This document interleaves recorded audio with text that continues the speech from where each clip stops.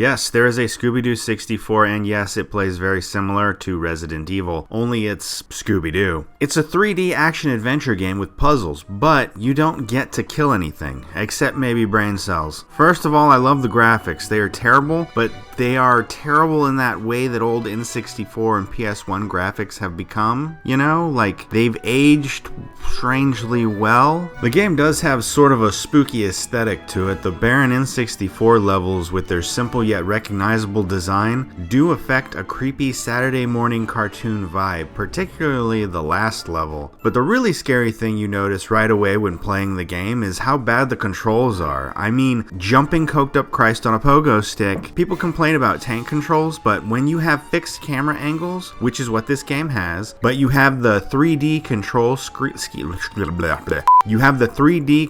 scheme, which is what this game also has, it just doesn't work well. Every time the camera angle changes, you have to change the thumbstick to match the new camera angle, or else you just run all over the place like an idiot. It makes running from ghosts and monsters incredibly difficult in this game. Now, there are 4 levels in the game. What a Night for a Night, That's Snow Ghost, A Tiki Scare Is No Fair, and The Case of the Classic Creep Caper. What a Night for a Night begins with Shaggy and Scooby walking down a road and finding a burning truck. They put out the fire with a fire extinguisher, and this leads them to finding an invoice that leads them to the local museum. One thing that's strange about this game is that when Shaggy picks up an item, the screen zooms out for some reason. It's really very odd. Now, despite the fact that the whole gang is in the game, you only ever play as Shaggy, and he's often being followed around by Scooby-Doo. So after Shaggy finds the invoice, the gang goes to the museum where the curator tells them about the evil night that haunts the museum. He also tells them to scram, but far be it from these teenagers to do something sensible like mind their own business. Nope, breaking and entering is the only thing on their minds. Scooby and Shaggy break into the museum and let the others in, and it's time to find clues. The museum isn't too big. In the lobby, there are paintings of other Hanna-Barbera cartoons like El Kabong and Secret Squirrel. The second floor has a guard patrolling, and if he sees you, he'll give chase, and if he catches you, he'll toss you out of the museum. But don't worry, you can get back in through the same window you entered in through earlier. So at some point, you lure the security guard into an exhibit where he slips and knocks himself out, and then you take his keys. Some sleuthing leads to finding a back room where forged paintings are found. There's also a Hall of Presidents where the knight chases you. Now, the primary enemies in this game are monsters that chase you. Shaggy has a scare meter. Once it's depleted, he and Scooby run away and the level is over. Being chased sucks, mostly because the controls are ass. The primary objective in each level is to find clues and trap pieces. Once you've done that, then it's time to set up your trap and catch the ghost. In the game, you'll do some light puzzle solving, exploring, get Velma her glasses, make sandwiches, and a mini game where you have to ski or log roll down a hill. Log rolling and skiing is not fun. It should be, but it's not. Stuff comes at you from the bottom of the screen, and you basically have to die a few times memorizing where everything is so that you can get through these bits of game. Now, I don't enjoy this mini game, but it is satisfying when you're done, primarily because you're done with it. The sandwich making minigame isn't hard. Move Shaggy back and forth, catching food stuff on bread. This is really just a health boost thing. I mean, I like it. Makes me want a sandwich. The worst area in the museum is the dinosaur exhibit. All the dinos are moving, and with the controls in this game, it's hell to navigate through them. It gets even worse when you get to the end of the level and have to get the knight to chase you through the dinosaur area so that the gang can spring their trap and catch the evil knight. It's horribly painful, just horribly. There are Scooby snacks sprinkled throughout the level that you can get to give you some more courage and fill up that scare meter. Scooby snacks replenish health essentially, which is how it should be. Well done, Terraglyph. After the gang catches the knight, it's revealed that it was the museum curator who had been using the knight to scare people away so that he could forge paintings. The level ends, but there is the question of the invoice that Shaggy and Scooby found at the beginning of the level, which was addressed to a mysterious R. Necros. Who is R. Necros, and why was the curator shipping forged paintings to him. The next level is That Snow Ghost. There's a hotel in the mountains, and when Scoob and the gang arrive, they get the 411 from the caretaker, who is not introduced or named in the opening cutscene, which is really strange. The 411 is that the hotel's business is almost gone because a snow ghost is terrorizing everyone in the area, and in addition to that, the hotel's owner, Fu Chin Lee, has vanished. After the caretaker walks away, Fred sends Scooby and Shaggy to get firewood while he and the girls check out the cabin. Yeah, we all know what Fred and the girls are going to be doing while Shaggy and Scooby are away. So Shaggy and Scooby go and get wood, and they end up getting chased by the snow ghost. They run back inside the hotel, where Fred tells Shaggy and Scooby to search the hotel, while he and the girls search outside. I would imagine that sticking together would be the smart thing to do here, but, they're stupid meddling kids. What do they know? Maybe Fred and the girls are just trying to get some alone time.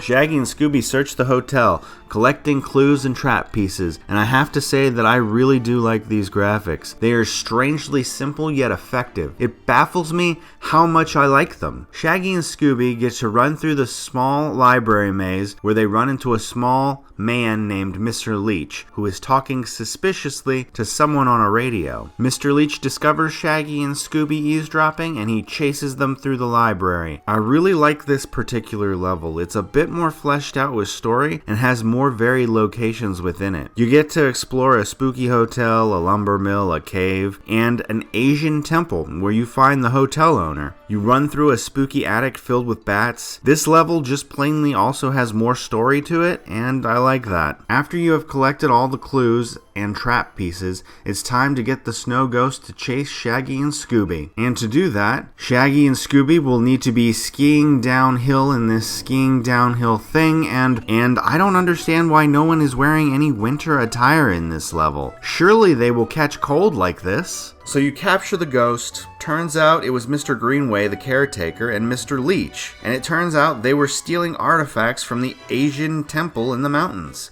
and shipping them away in logs they hollowed out in the sawmill. But who are they shipping them to? Dum dum dum. A Tiki Scare is No Fair is the level that I enjoy the least here. I don't really find the setting spooky. It's mostly empty areas surrounded by palm trees. You do get to see NPCs hanging out on the beach, but for some reason, when you're getting chased by the Tiki Ghost, no one seems to notice. It's fairly odd. There's a cheap hotel thing you get to search, and you do this downhill log rolling thing. There are also several puzzles you have to do that I really don't care for.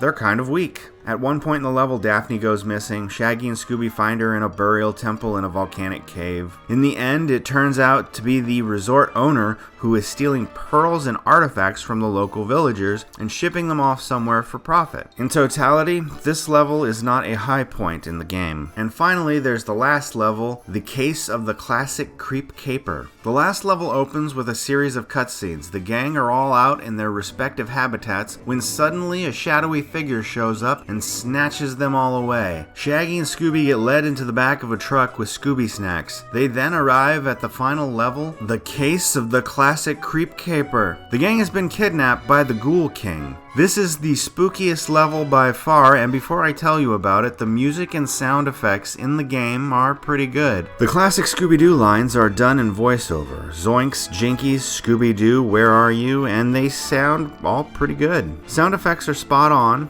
both for the game and for replicating the show, and the music fits really well into each level. The show's theme is here, and every other song is pretty good. The last level of the game is pretty cool. You run around a dungeon, a castle, a graveyard. There are zombies you have to avoid. You also have to find and rescue the other members of the Mystery Inc. gang.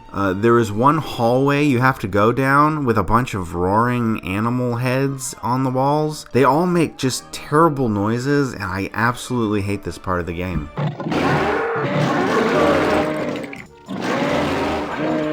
There's also this monster in a bed, and to put it to sleep, you have to play this music box that you find in another place in the level. This level also has the classic Scooby-doo trope of being chased through a bunch of doorways by some type of monster creature. I wish more levels were like this one. It's not well designed, but the aesthetic is fun. After all the clues are collected, Shaggy and Scooby-Doo go and get the Ghoul King to chase them all the way through the level to the end, where the gang is waiting to spring their trap. And boy, do they ever. In the end, the gang catches the bad guy, and it turns out to be this guy who's named Rex Necros, who is some sort of international criminal mastermind.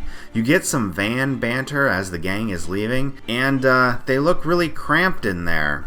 Oh, Jesus, like sardines. And then that's it. Game over. Case solved. Now, hopefully they are off to solve the most mysterious mystery of them all. Why it is that Daphne and Velma don't make out. Overall, this is a really bad game. It's not unplayable and I do enjoy playing it, but despite some positive qualities, the charm of its graphics and the goodness of its music, it's a really bad game. Really. And that, of course, is in contrast, however, to the Game Boy Color version of the game, which is very, very good. It starts out with a well-animated title screen that has a good 8-bit rendition of the show's theme. You get this cool little cutscene with spinning newspapers talking about jewels being stolen by a ghoul, and some still images of the ghoul taking stuff in a guard, and the mystery machine driving through some dithered fog, all set to a good rendition of music from the show. It's all done very well. And then after that, you got some talking head shots. The story goes that a ghoul is out robbing jewelry stores, which frankly is a strange thing for a ghoul to do. I mean, I don't think that that's their common behavior, but it's happening nonetheless. During this time, our meddling kids and their dog are out trying to solve the case when their van breaks down in front of the house of Dr. Jekyll. So Jekyll brings them inside and explains his plight to them, which is that he can't get financing for his experiments, and may have taken his father's potion, which turned him into the ghoul. Maybe. This game, first of all, is one of the best Scooby-Doo games that I've ever played. It's up there with the Sega Genesis Scooby-Doo game. It looks awesome and feels very much like an early LucasArts game. Like, very, very much like an early LucasArts game. Like one of the point-and-click games, you know? Something along the lines of Loom or Secret of Monkey Island. Graphically, it looks great. Everything is dithered and animated really well. Dialogue is clever and witty and fast-paced. The writing is very reminiscent of the dialogue found in the games of Ron Gilbert or Tim Schafer. It's just full of wit. This game is not a point-and-click game, but it kinda is. Think Grim Fandango. You control a character and can switch back and forth between any member of the gang provided they're available. Sometimes they're missing or kidnapped or have lost their glasses and you can't choose those particular characters. Mainly you'll be searching a mansion and a secret lab. You meet several other characters in the game, including a boy who is playing a video game. You eat lots of cheese to escape a basement. Mostly you'll be solving puzzles to get through the game. And like point-and-click games of old, the puzzles are mostly nonsensical. You have to be in the right place in the mansion to see the ghoul creep into a room and unlock it so you can enter. And this only happens when the grandfather clock downstairs happens to be ringing at a certain point in time. But of course, there's nothing in the game that indicates that this is what's supposed to happen. This is a really fun game, and I like it a lot, and I wish there were more games like this one on the Game Boy Color. Really, it's a darn fun game that's great to look at.